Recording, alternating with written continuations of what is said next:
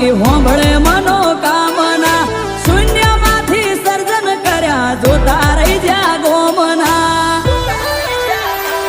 એ ટગર ટગર ટોળે વળીને તાકે આખું ગોમ ચર્ચામાં મારું નામ જુગ પેલાની જોગણીએ હસ્તી રે બનાયા